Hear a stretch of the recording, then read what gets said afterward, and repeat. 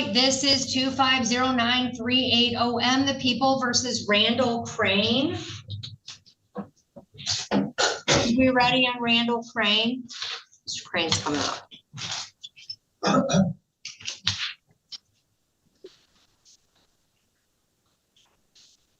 Hey, you, Mr. Kazicki? No. Mr. Crane, do you have counsel? Was that you, Mr. Barron? Your Honor, Todd Barrett, I did speak with Mr. Crane prior to the court calling the case today. I think that at this time, Mr. Crane's probably best served proceeding on his own. There are some constitutional arguments that he's raising that I don't think as a member of the bar I can. Oh, is he a sovereign citizen? He's making some sovereign arguments, yes. Okay, I have very little patience for them. I will let you know that, sir. So, okay, tell me your name. My name is Randall Crane. That's a living name, not a corporate fiction. So you're a real person named Randall Crane. Person. Okay. Okay, no, listen to me. Sir, you're here today because you have some charges against you. All right. I'm challenging the court's jurisdiction. Okay, well, denied. Your motion's denied. I have jurisdiction to the Constitution of the state of Michigan. What's your next? I'm not arguing with you, sir. I have jurisdiction. So you have to provide subject matter jurisdiction as well as personal jurisdiction to me before these can proceed. Welcome back to the courtroom, ladies and gentlemen, and buckle in, because today's case is the legal equivalent of watching someone sprint full speed into a brick wall and then argue the brick wall has no jurisdiction. We're taking you inside the city of Taylor, where Judge Shackelford is about to face off against one of the boldest, or most confused, defendants to walk into her courtroom, Randall Crane. Now, Randall doesn't walk in like a man facing misdemeanor charges. No. He walks in like a philosopher warrior from the depths of Sovereign Citizen YouTube University, armed with phrases like living man and corporate fiction, ready to prove to the world that the legal system is just optional if he says the right combination of buzzwords. The judge? She's not having it. Not today. Not ever. Okay. Your motion's denied. I have jurisdiction under the Constitution of the state of Michigan. What else? What else? You do not have jurisdiction over the national. I just said I did. No, you don't. All right. All right. So, sir, do you want to proceed on these cases and talk to the prosecutor? Don't look on your phone while you're talking to me. If you my notes are on. No, you listen to me. If you don't know your sovereign citizen arguments well enough to come up here and say them, I can tell you can't have a court. I can tell you can't have a phone. I want you to listen to me. You're here today on misdemeanor charges. No talking. You're brought into court. You've already been arraigned. You have a charge of interfering with police officers in the while they're doing official business. That's a misdemeanor, punishable by up to 90 days in jail and a fine of up to $500. You also have a civil infraction for operating using a mobile electronic device, first offense while operating a motor vehicle, a charge of no proof of insurance. Those are both civil infractions. Civil infraction for no proof of or no registration in a motor vehicle. So those are the charges against you, sir. I'm going to tell you the rights that are actually real rights that you have in this court. You have a right to an attorney appointed at public expense if you are indigent without money to hire an attorney, and if the offense charge requires a minimum jail sentence or the court determines that it might sentence you to jail. The appointing authority will decide if you are indigent and appoint counsel if you are eligible. You may have to repay the expense for an appointed attorney. You may contest your ability to pay the ordered fees if the court attempts to collect any cost for an attorney, and the court must determine your ability to pay at that time. If you have a trial, you have the following rights. You have a right to, this is how trials work. You have a right to call witnesses to speak for you at trial, and you can get. And there it is, the phrase every judge dreads hearing before their morning coffee. That's a living name, not a corporate fiction. This is the Sovereign Citizen Starter Pack opening line, the courtroom equivalent of someone walking into a hospital and telling the doctor that blood is a government conspiracy. Judge Shackelford heard that one sentence and immediately knew what kind of day she was about to have. What's wild is that his own attorney basically tapped out before the match even started, saying he couldn't in good conscience, present Randall's arguments. That's like your coach refusing to walk out onto the field. It sets the tone instantly. Randall versus the judge, and Randall versus reality. An order signed by the court to require witnesses to come to court. You have a right to see, hear, and question all witnesses against you at trial. You have a right to be a witness for yourself or to remain silent. If you chose not to be a witness on your own behalf, the prosecutor could not comment on your refusal to testify. Lastly, you have a right to be presumed innocent unless you are proven guilty beyond a reasonable doubt. If you enter a plea, obviously you'd be waiving those rights. You also have a right to be released on bond. Now, it looks like you previously stood mute on these charges, so you're here today for a pretrial. You have a few options, sir, under the law of the United States, the Constitution of the state of Michigan, and statutory law and court rules in the state of Michigan. You can either retain your own attorney to proceed on this case, or you can have a pretrial with the prosecutor directly and try and work out an agreement, or we can set it for a jury trial, okay? Those are your options. You can get an attorney, use a court appointed attorney, but you understand that attorneys have an obligation to follow the law and not make frivolous arguments, which is what you want to make today. And if an attorney makes those arguments on your behalf, I could sanction them. So no attorney on this green earth is going to come in and make the frivolous arguments you're making on your behalf. Or you can speak to the prosecutor, or we can just set it for a jury trial. Out of those, I don't want to hear it. I want you to pick out of those four options what you want to do. Hire an attorney, speak with court appointed attorney, talk directly to the prosecutor to work towards a resolution, or set a jury trial. Pick. Let me ask you a question. No, I asked you a question and I'm telling you to answer it. And I have the right to understand my rights and understanding. Sir, exactly here, what- can you hand him this form? These are your constitutional rights I just read to you. Why don't you have a seat? You have a seat, read your rights, and I'll call your Your case Honor, back I up. am asking for you. Have a seat right now What and was read your oath of rights. Office. I see contempt in his future. Have a seat. Have a seat right now and read your rights, sir. If you I don't read- understand them, read them. I move for this court to dismiss. Have a seat. Where is he? Okay, well, that might never happen, but, what was that guy's name on that file? Because I'm assuming did he leave? Cream, he did. Did he leave? Yes. Well, he's big mad. Well, I need that file, so I'm gonna give him a bench warrant. All right. All right. Are you okay, Amy? Yeah. I'm coming. I promise I'll get to you real. RFK Jr. is correct. Fluoride in water has hardened a lot of brains. I'm just, you know what? I know I should be more patient. I'm so tired of the sovereign citizen. All right, we're coming back up. This is 2509380M, the city of Taylor versus Randall Crane. Mr. Crane, you want to come back up? Mr. Crane, did you have a chance to go over your constitutional rights that I provided to you? Yes, I understand my constitutional rights. Okay, thank you, sir. So at this time, I gave you four options. Would you like to retain your own attorney? Would you like to speak with House counsel and have an appointed attorney? Would you like to meet directly with the prosecutor? Or would you like to set the matter for jury trial? I'm going to be requesting for an order of change of venue. Denied. Anything else? There's no basis for that, sir. So I'm asking you, we'll just set it for a jury trial, okay? I have to understand everything in regards to my case. Sir, I gave you your constitutional rights so that you could review them. I also gave you the attorney, I understand a that, court-appointed attorney to go over those rights with. So I gave you an opportunity to understand your rights. I'm not going to entertain, listen, I'm not entertaining your sovereign citizen arguments because they're unfounded and they're not legal. There's no legal basis for them. So I'm not doing it. So now I'm asking you, out of the four choices I gave you, which one would you like to do?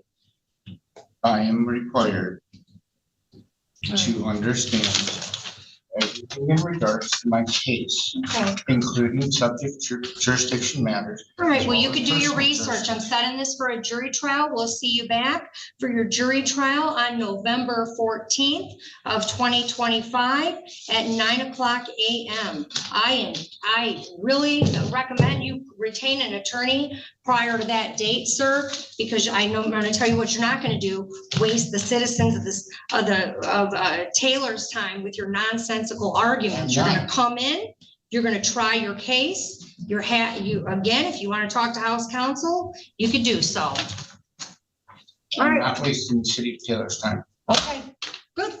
We'll see you on your trial date. Have a good day. Let's go. Judge offers 4 paths: hire a lawyer, take a public defender, negotiate with the prosecutor, or set a jury trial. Randall? He's inventing option 5, argue forever. He tries pulling dismiss this court out of thin air. Here comes one of the classic sovereign citizen greatest hits. You must provide subject matter jurisdiction. As if the court just randomly set up shop in someone's basement without permission. What Randall doesn't understand is that by simply being charged under state law, standing in a courtroom, and speaking to a judge, the jurisdiction question is already answered. Judges hear these buzzwords constantly. They're not secret cheat codes. Yet Randall recites them like incantations. You can literally see the judge's patience thin by the second. She's trying to outline a basic legal process, while he's trying to crack open a conspiracy theory. This is the moment where the clash becomes crystal clear. Randall thinks he's exposing the system. The judge thinks he's wasting the court's time. We have a Samsung. It's either going to be Mr. Wiggins or Mr. Walker. Let's see. There's somebody signing up for a pretrial. Screen name Samsung. There we got sound on Samsung. What is your name? I'm Jonathan Wiggins. Okay. Your ticket is 25R03001. This is a speeding ticket that was issued on the 9th of May at about 1:30 in the morning. You're eastbound 11 Mile in Lafayette. You were cited 35 and a 30. You can admit or deny responsibility, or you can admit responsibility with an explanation. How do you wish to proceed?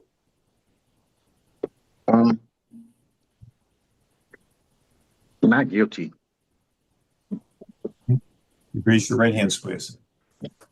Do you swear or affirm that the testimony you're about to give in this matter will be the truth? Yes. Okay. The officer will testify first, please.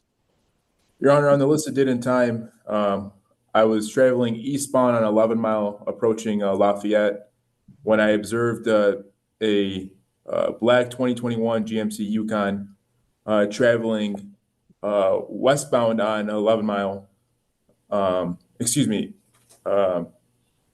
Eastbound on 11 Mile when I activated my front moving opposite radar and got a reading at a 47 miles per hour in a 35 mile per hour zone.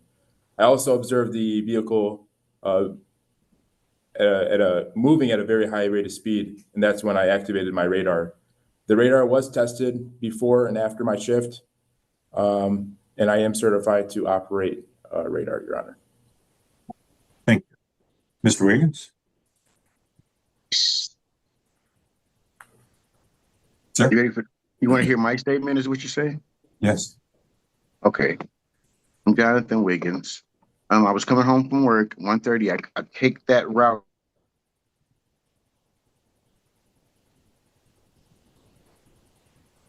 We've lost sound. No, he froze. He froze and we lost sound. Let's see if I can go. Do we have a phone number? We do. Your Honor, I'd like to just clarify something. I was traveling, I might have missaid something in my testimony, but I was traveling westbound, the vehicle was traveling eastbound on 11. I don't know what happened, but it just cut off on me. Yeah, but we got you back. Okay. So where it left off was you said you were on your way home from work? Yeah, I get off at 1:15 and I take 11 Mile every day. And I know to do 35 miles an hour on 11 Mile Road and 45 miles an hour on Woodward. I don't have no reason to be racing up and down the street. I'm 60 years old. It was a car on the side of me when he was in front of us, facing us. And when he pulled me over, he said, "You know, you pulled me over for?" I say, "No, I don't." He was like, "Well, you were speeding." And I was like, "Well, it was two cars. We were side by side on the lane. So how was I speeding?" And he said, "I visually radared you at 47." And I said, "Excuse me?" And at first he didn't have a radar. When I read my ticket, it says that he used a radar. And then he said, "Well, I'm just going to give you a ticket for 1 to 5 over." I still take this route every day. I'm tiptoeing just to get to 75 so that I can get home. It's kids racing up and down Woodward and all type of sports cars. I'm not one of those. And I didn't like him saying that I was speeding. It was just too much for me. This is the part sovereign citizens never seem prepared for, the actual list of charges. And here's the thing, none of them are complicated. Interfering with police, texting while driving, no insurance, no registration. These are everyday violations that thousands of people resolve without drama. But because Randall is laser-focused on his fictional lack of jurisdiction theory, he can't even acknowledge the basic charges being explained to him. The judge is laying everything out. Maximum penalties, rights, trial procedures, all standard. Meanwhile, Randall is locked onto one goal, proving the court doesn't exist as long as he personally doesn't believe in it. It's like watching someone argue with gravity. Have you ever seen someone ignore every real issue because they're chasing one imaginary one? This is that, in legal form. It had to do with the rate of the vehicle. I was doing 35 miles an hour on 11 Mile Road all the way to 75. I don't know how he clocked me at 47. It was two cars. It was me and another car. We were side by side. That showed that you weren't going 47. He was in front of us. The officer was opposite direction. Yes, he was facing us. Yes, coming from another direction. Then he turned around and got behind us. Got behind me, and I saw him. So I'm still doing 35 miles an hour down the street. Then he pulls me over. He had the time to read the one car plate next to me, and he had a chance to read my plate. He pulled me over and said that I did 1 to 5 over, but I was really doing 47 or something. And I take this route every day. I work at the hospital. I have no need to race. I have a big Yukon truck. It is not a race car, and I don't drive it like that. I don't have any tickets for speeding or none of that. Never. I haven't had a ticket in almost 20, 30 years. So to hear this was kind of like, wow. So I'm saying I'm not guilty on the speeding charge down 11 Mile Road. I know the law on Woodward and 11 Mile Road. I do.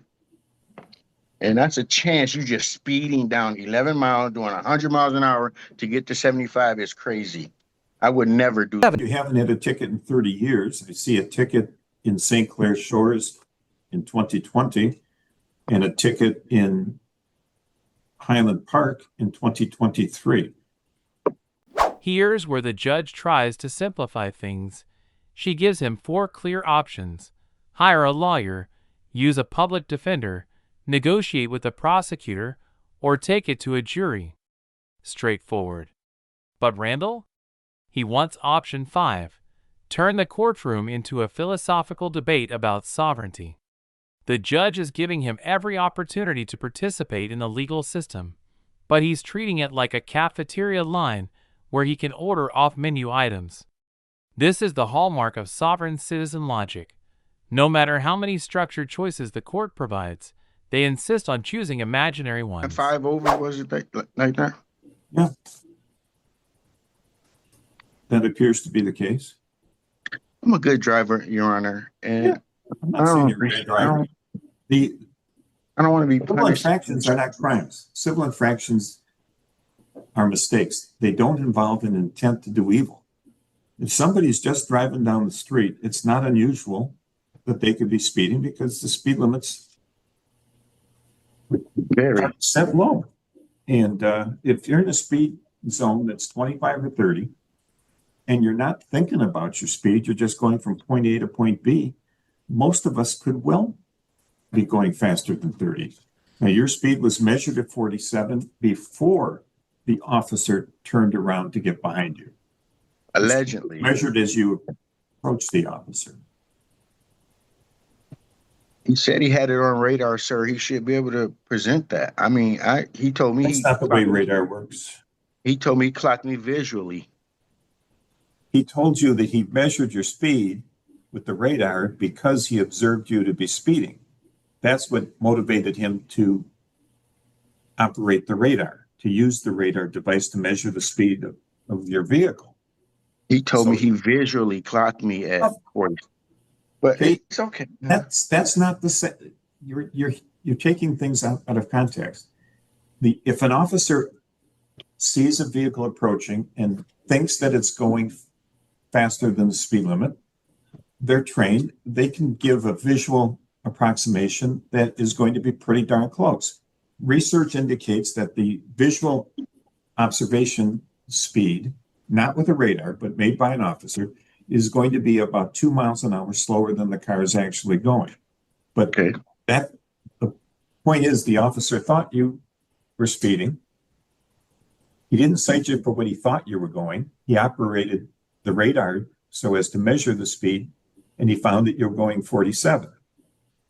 You've got a decent driving record, to say the least. And in the exercise of his discretion, he elected not to cite you for the full 3-point infraction, but he gave you a 1-point infraction. He knocked it down to a 1-point event. He's certified to operate radar. The radar unit was checked both before and after his shift.